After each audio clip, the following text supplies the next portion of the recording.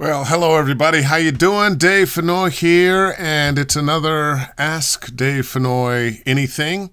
We're on Facebook Live, and I know missed last week. I thought I was going to be here, but I got a mocap job that didn't end until this time, 3 days last week, and it was way over in Culver City. Why are they all over there? Why are they all Santa Monica, Culver City? I don't know. And tomorrow, I am heading for Bogota, Colombia. I'm going to be a part of the Ibero-American VO and Voice Over Festival. I'll be giving a talk and doing some classes, and I'm kind of excited about that. Fortunately, they will have translators to help. And I want to thank my friend Valentina Latina, who translated my teaching materials into Spanish. So although I'll be talking in English and they'll have them in English to see as I'm talking, they'll be able to have a Spanish version to keep after I'm gone.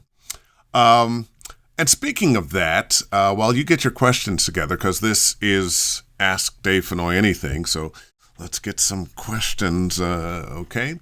Let's talk about conventions and classes and private coaching and all those things.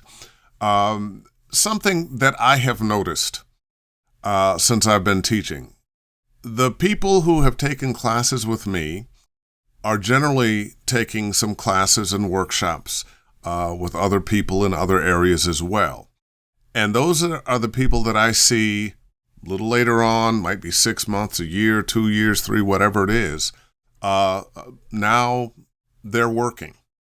They may have been in Dallas or San Francisco or some other place, and now they've moved to Los Angeles and they're working. Or they let me know, hey, I'm on a game with you, or I booked this cartoon that I know you're on, whatever that is. So I just want to encourage you. Definitely take classes, take private lessons, and go to the conventions. Why should you go to the conventions? Well, you're going to meet a lot of people, a lot of people doing exactly what you're doing, a lot of people who teach, supply, help people who are doing what you're doing.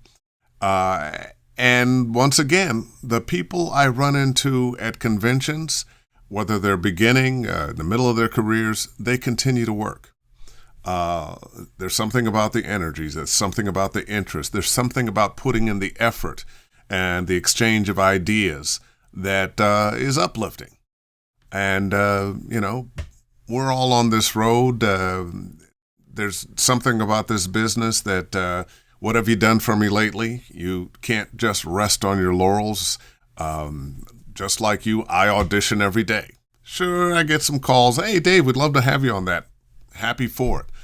But most of the jobs I do, I audition for.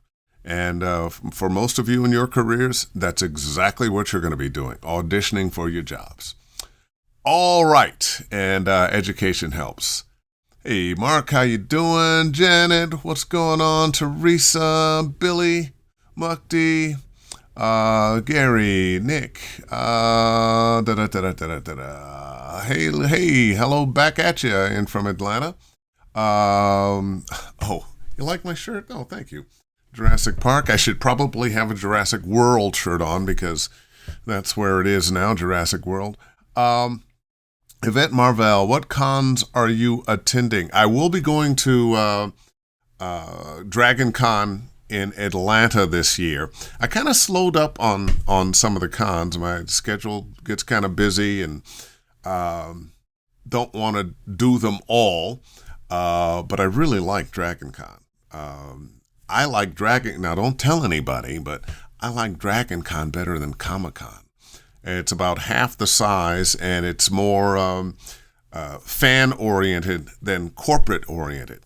And, man, the costumes that people are in at Dragon Con.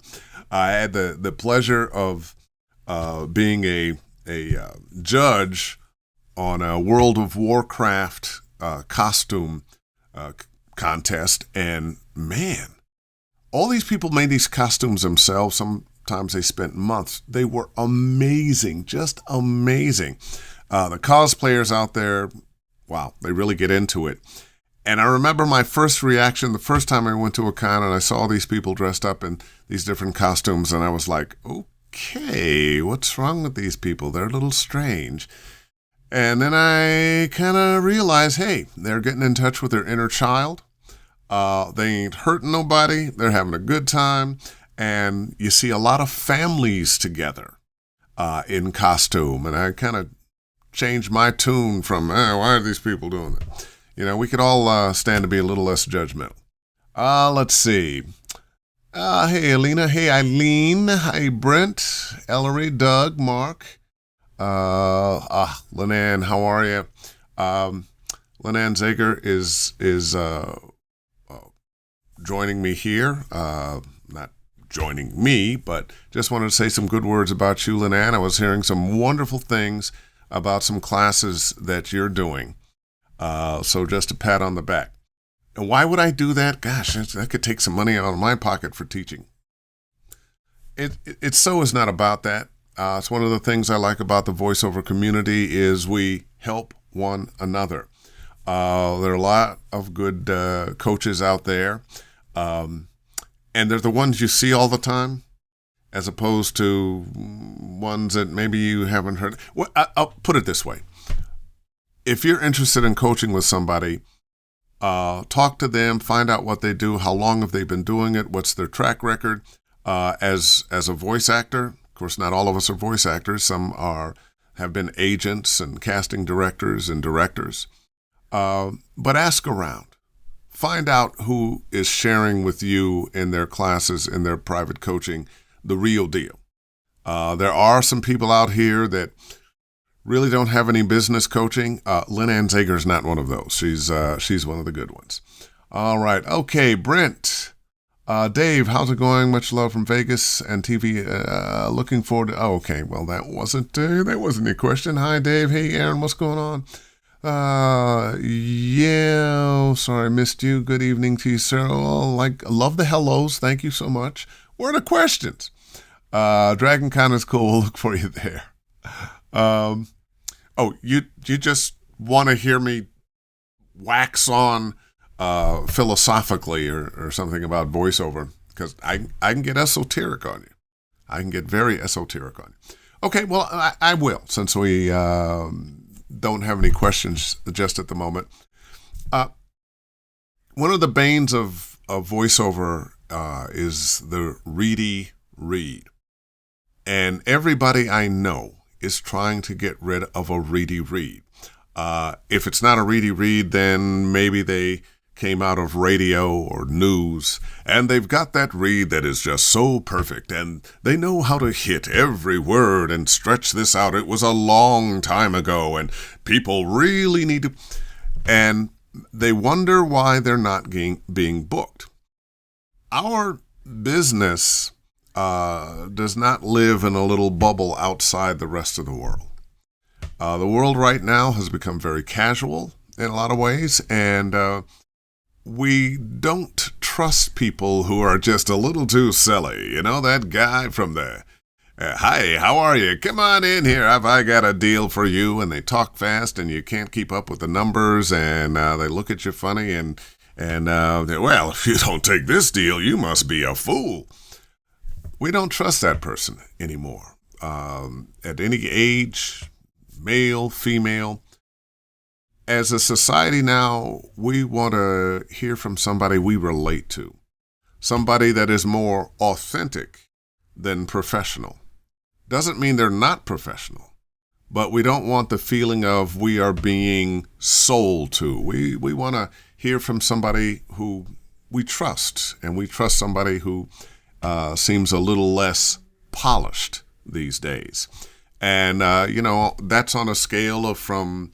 wow, that's a really good thing to, oh, that's really terrible. You know, we have this unpolished president in the White House, and he's authentic, but, So there's a certain amount of authenticity you need to bring to your professionalism. a certain amount of believability, a certain amount of genuineness that you need to bring to your professionalism. Because we do want to be professionals. We are artists, but we are also technicians. Sometimes it's just, I need that a little faster. Sometimes it's you want to create a character. If we're doing video games, yeah, there's some techniques there. You're going to be doing different characters, different voices, different feels, different moods. And although maybe you're not really feeling that, you have to come with an authentic presentation of what that is. When we're talking commercials, sometimes the best thing to be is you.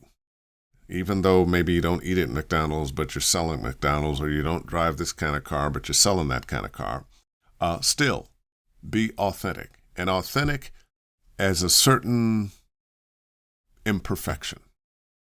Your voice can be ever so wonderful, but if everything is being perfectly pitched and in perfect rhythm, nobody's going to believe it.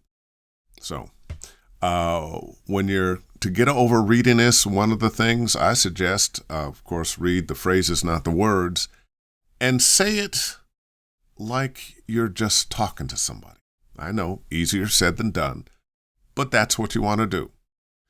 Anyway, let's question, if you're a full-time voice actor already, but not in the LA market, what would be your strategy for getting into LA market? Oh, Brent, good question.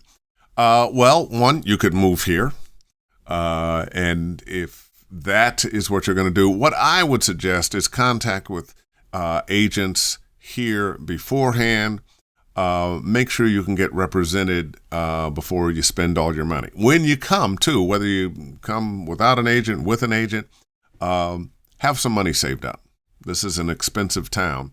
And don't come and just hang around, wait for the phone to ring. You're going to need to start hustling, getting in touch with agents, getting into the voiceover groups that are here.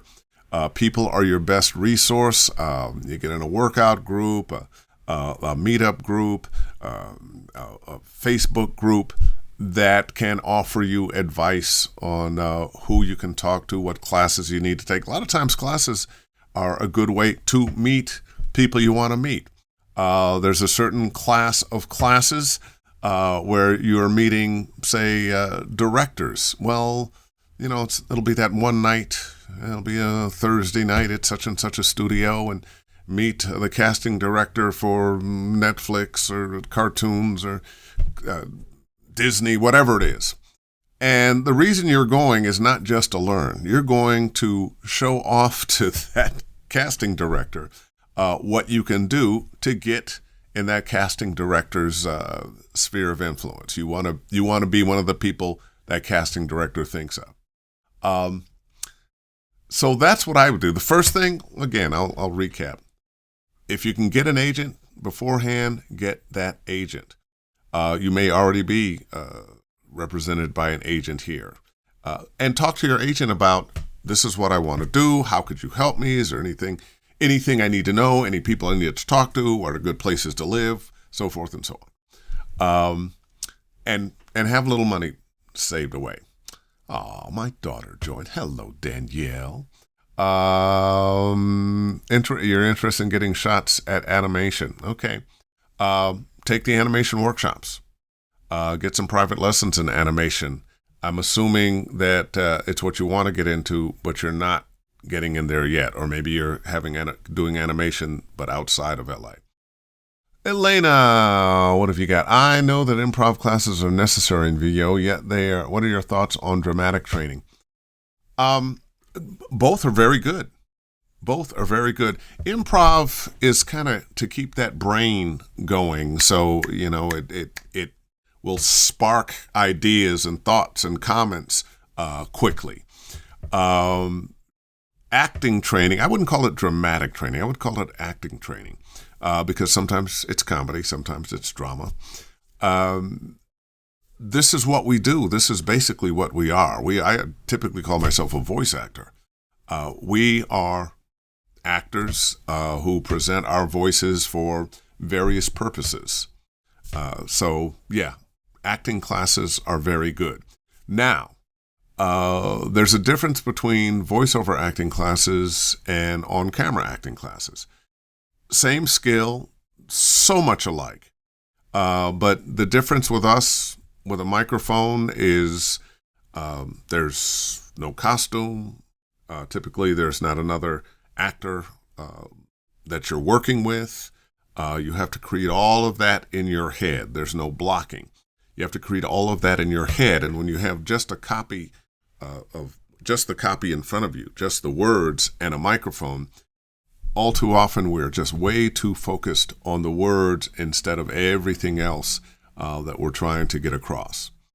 All right, Michael Glover, never been to these conventions. You walk in, what do you do? I will consider Atlanta. When is it? Atlanta, I believe, is going to be in March. VO Atlanta. I like that. You walk in, what do you do? You walk in, now, these voiceover conventions will always have classes, presentations. Some you'll have to pay extra for, some you won't. I recommend, finding out what's being offered at the particular conventions that you're going to go to, and booking yourself into the areas, the genres of classes that you want to take. And they don't just feature classes on voiceover per se, or the technique of voiceover in various genres. Much of it these days is about business and how to find clients and how to maintain your business. Because so much of what we do now is e-learning and corporate narration and explainer videos and audiobooks. And much of that work you're going to generate for yourself. Not all the agents are representing that. And we're living in a world now where the pay-to-play sites are there. They're not going away. And there are classes on how to operate with the pay-to-play sites. So those are the kinds of things you're going to run into. And people.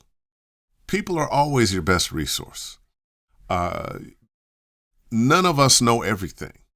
But we all know somebody who knows something we don't know. Somebody who has some expertise in setting up a studio. Somebody who knows what kind of mics work for various kinds of...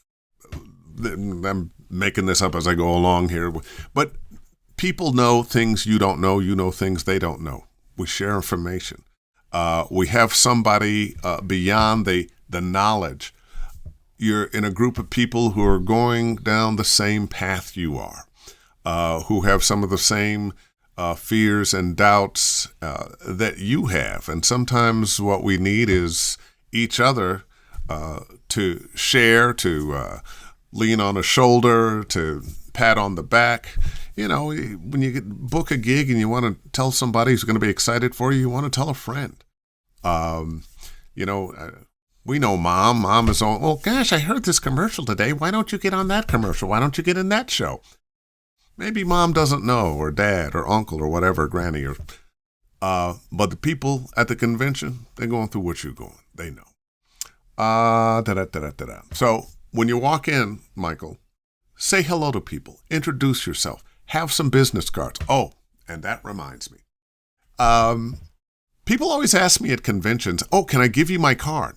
Well, of course you can. But if you want something from me, ask for my card. I typically will offer it, but ask for my card and get in touch with me. From time to time, somebody will get in touch with me and one time and ask about this, that, or the other, and I haven't gotten back to them because I'm a busy guy. And, when they finally see me again or get in, well, man, hi, I got in touch with you. You didn't call back. You didn't. I'm like, well, did you try more than once? Be persistent. Be persistent. The people you want to talk to are busy. They have lives outside of voiceover, and they have voiceover careers, and you don't know what else going on with them. So if there's somebody who's put themselves in a position where they're offering you information once you get in touch with them, keep getting in touch with them. Don't just believe that, oh, they blew me off, man. Well, no, people forget. It's not on the schedule, maybe. If you want something from somebody, be persistent in getting in touch with them.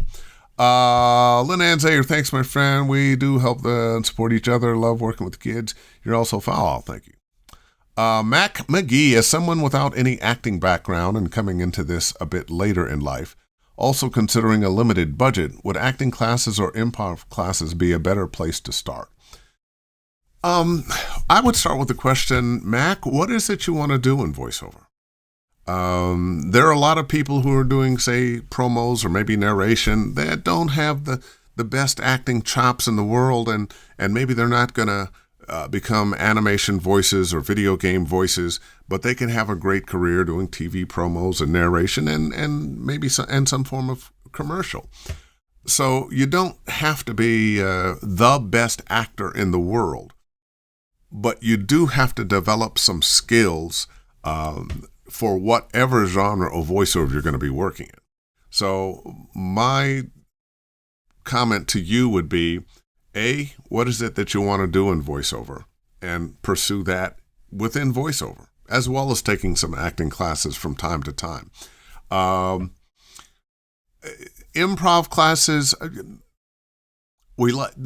are you funny? Are you quirky? Are you looking to do some comedy things? Improv helps there. It helps other places too, but that's typically where people are looking to improve their ability to come up with the quick one-liner, the quick comment at the end of a commercial. A lot of times you get booked because of the comment you said, but I've been in a session where a very famous improver. We're in the session. Hold on, wait! I haven't written my improv yet. I'm still writing my ad lib. Sometimes that's what it is. You know. Okay, I'm figuring this out. It didn't come to me just off the top of my head. I feel we're doing that. Talking about this. Yeah. That'll work. So acting classes. I would put acting classes ahead of improv classes, but I think both are valuable. And if voiceover is what you want to do, take a general voiceover class, commercial class. Do that first. And I say class instead of private lessons as the first thing. You'll learn as much from other people's success and challenges as you will with yourself, and without the having to feel that, no, they're looking at me and I sound terrible and, oh, what am I going to do? I don't understand. You won't have all that going on when you're watching them and hearing the comments about what they did right, what they didn't do. You'll get a sense of where you are in relationship to the people that are in that class. Maybe this isn't for you. Maybe you get in a class and you go, you know what? This isn't what I thought it was. Very few things actually are. I can't think of many things that I've done in my life that my thought about it before I jumped in was the same after I jumped in. All right. Jeff Burns, Hey, Lisa, how are you? Jeff Burns, I want to teach the most polite kids I've ever seen. Your kids are polite. Oh, well, that's because she has a whip. Brent, any voiceover groups or workout groups you'd suggest? There are a bunch of them out there. There's some Facebook groups. You're talking about in LA. You know what? I am me on that. There's some good groups in town. A lot, as a matter of fact. I don't want to mention one and forget some others. Ellery King, not really a VO question, but I was offered an online radio show by a company in the Ukraine. The show in Washington, the show in Washington, and they have a quote, unexpected. I have no idea what to tell them. Help. They quoted you what they're willing to pay you to do this. Oh, I haven't been on the radio in a long time. And I would be interested to know what the quote was. Did it seem like it was low to you? Did it seem high? Did it seem, if you haven't been doing this and you're about to do it, does it seem like a good starting place? Does this quote include a contract for a particular period of time? You've left out a lot of information. Oh, it's Sputnik Radio. Okay, maybe you add more down there. If you add more, I'll come back to it. Helene, how are you? Yes, sir, hustle. Alex, Dave, how many actors do you know that don't have a crazy vocal range but are simply great actors? I ask this because I wonder, can you be a boss at one style and ride that until the wheels fall off, or no? Well, I'll mention the most successful voiceover actor ever. He's no longer with us. Happy to say he was a friend of mine, Don LaFontaine. He was the voice you heard on all the movie trailers. He was so omnipresent that when you said "in a world," you thought of Don. Don was making $20,000, $30,000, $40,000 a day. He was doing movie trailers and network promos for dramas. By the end of his life, he was doing parodies of himself. Now, he was just the best at what he did. But you didn't hear Don doing a lot of different voices. He wasn't doing comedy. He did that one thing. Joe Cipriano now, still doing promos, killing it, making a lot of money. He's not doing a whole bunch of voices. Then I have worked with some actors that, any sound you hear, they can recreate. I had a chance to work with Michael Winslow on some cartoons a while back. It was crazy. And it would be easy to be intimidated sometimes by the amount of talent that some people have, the number of different things that they can do. But once again, the most successful voiceover actor ever did that one thing, those movie trailers. So if you can do one thing very well, a thing that other people, maybe they can do, but not as well as you can have a great career. All right. You're welcome, Jeffrey. And Villa Rosefort. Norman Lee, what's going on, man? No, come on. It goes back to the hustle.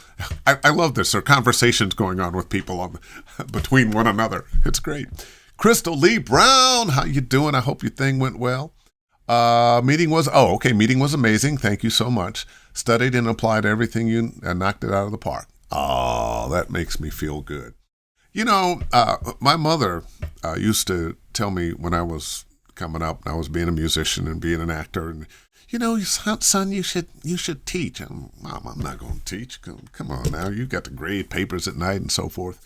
And over the last number of years that I have been teaching, it is one of the most rewarding things in the world to me.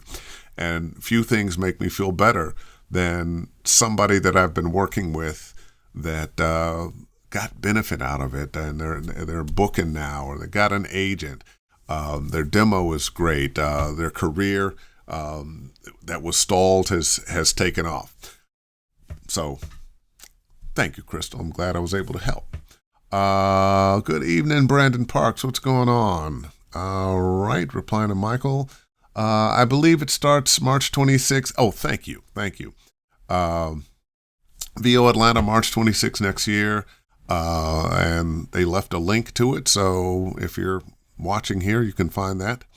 Also coming up in November, a little bit, that's Voiceover and the Voice Arts Awards. Now, and personally, I think these two are the best voiceover conventions. There are others. I can't speak for all of them because I haven't been to all of them. I hear Wovo is very good. But these two are different. VO Atlanta is like 4 days. There's lots and lots and lots of different workshops.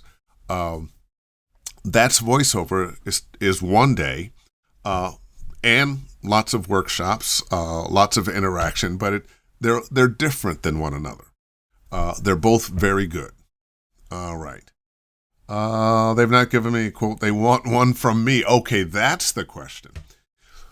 I don't think I can really help you a lot with what your quote is for this online radio program that you're trying to do. I'll tell you why. One, that's not what I do. I don't have any experience with it. When I was in radio, I left radio in 1990 and haven't been on since. If you were talking about terrestrial radio or even Sirius or something like that, I have a little bit of a idea of what some people are being paid. But what you're asking about, this thing in the Ukraine, I just don't know. I don't know what's fair to ask. All right. Marion N. Toro, my first VO coach, Charles Chuck McKibben, was also friends with Don. Oh, yeah. Don was a great guy. And he had that ability, when you were with him, you felt like you were his best friend, whether you were or not. And as wonderful as he was as a voice talent, he was even a better human being.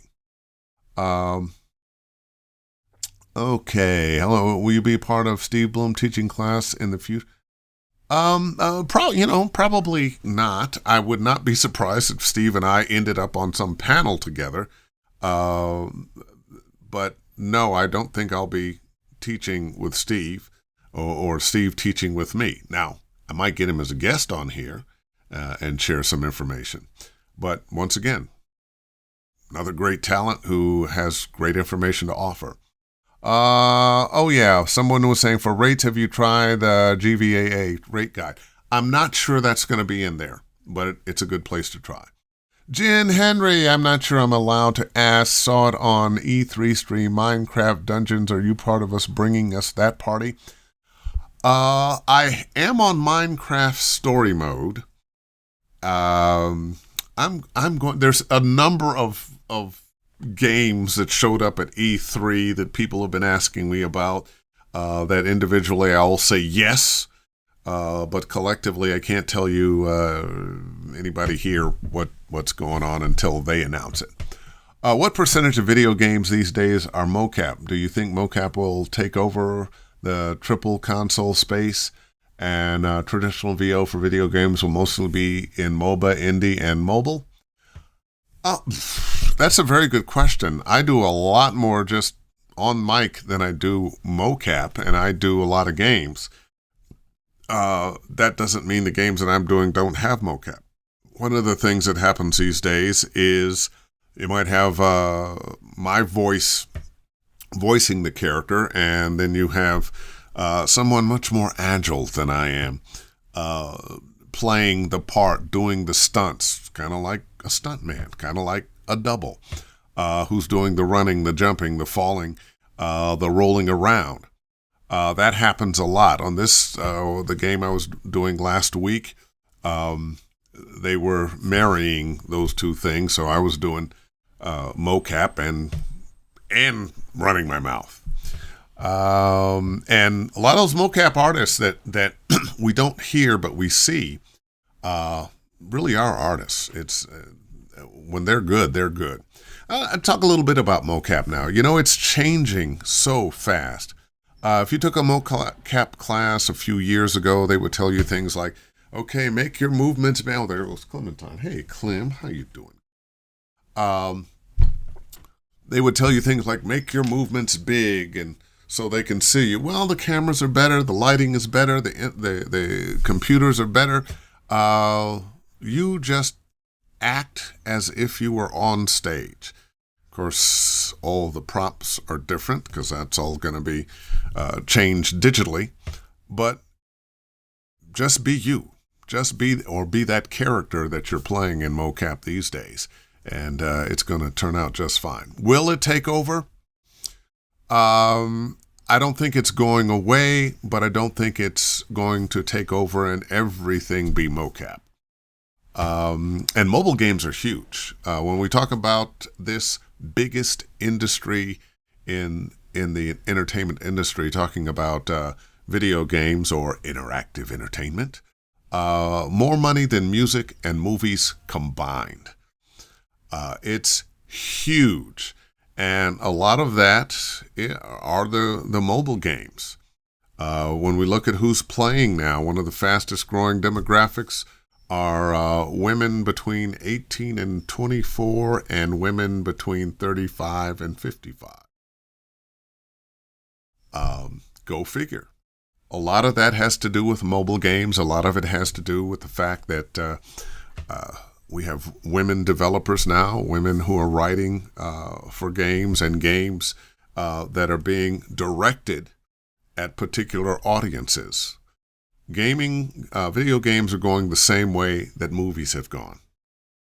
We now have chick flick video games. We have rom-com video games. And it's only going to continue. All right. Another rate source, gravy for the brain. Okay, there you go. Question. Speaking of mocap, have you experienced the artificial intelligence systems that observe your face when you speak and automatically animate on-screen character match? Yeah. This character I'm playing in this game that's called... Oh, thank God I started to tell you. His face is very different from mine. His hairstyle is very different from mine. But, you have two cameras on your face. I asked them, why two cameras? It used to be just one. They said, well, it helps us get more depth. And a microphone here. They'll put a little lav mic. Might be on the side. It might be one or two on your forehead. And you'd think, well, how can they hear me up here? But they do. The technology is really good. I've had an opportunity to be in a couple of virtual reality games, and they let me put on the glasses and the earphones, and it's like being here. You look up and you see the birds flying over. You look down at the edge of a cliff, whoa, and your brain doesn't know. And especially when you have the earphones on too, and the sound and the eyes, you will step like, oh boy, the cliff is right there. I got to be careful. Oh, there's stuff I got. It will feel like you are in the world that virtual reality is taking you to. I have read some things that suggest it's not for little kids yet because their brains are still developing. We'll see. Patty Matson joined. Patty Matson, star of World of Warcraft and how many other games, Patty? Nicholas is there. And are we out of questions now? Oh, come on. We can't be out of questions. Did I miss something? Who went to E3? Who's on here? And what did you see? What did you enjoy? Who here is doing TV promos? Who here is doing narration? Okay. Oh, hey, Ellen Dubbington, another great voice. It's one of my favorite things is when friends of mine like Ellen and Patty drop in and say hi. I'm just scrolling here to see if I missed any other question. I don't. Well, you know what? Couple more things to mention. Although I am going to Bogota, Colombia tomorrow, I will be back in time for next Wednesday's Ask Dave Fennoy Anything, so I'll be here and I'll have some things to tell you about Bogota and the Ibero-American Voice and Voiceover Festival. Okay. Also, for those of you who live in town and have seen the post, Backyard Jazz is coming up on the 30th. That's Sunday, the 30th of June.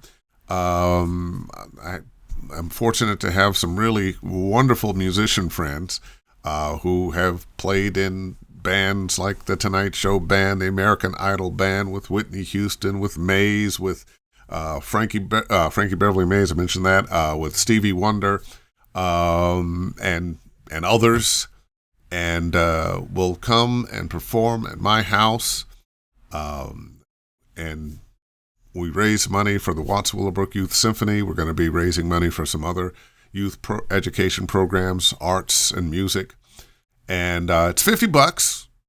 but it gets you the music, it gets you the food, all the drinks you want, and it goes for a good cause. We're going to have some of the kids from Watts Willowbrook Youth Symphony playing too. You can find it on brownpapertickets.com, or just, scroll through my feed on Facebook. You'll find it there. We're going to have Nick Smith playing. And it's funny because the guys who are playing, the musicians, they typically aren't the names you know if you're not a musician, but they are the people that are playing behind all the names you know that make them sound so good and help make them stars. So if you're interested, you're in town, love to see you. Backyard Jazz on the 30th, starts at 2. 3 o'clock the music hits, 4 o'clock we feed you, 5 o'clock another set, 6:30, bye-bye. And Backyard Jazz, not jam. Backyard, well, they do jam, but it's Backyard Jazz. There you go. All right, Sue Blue.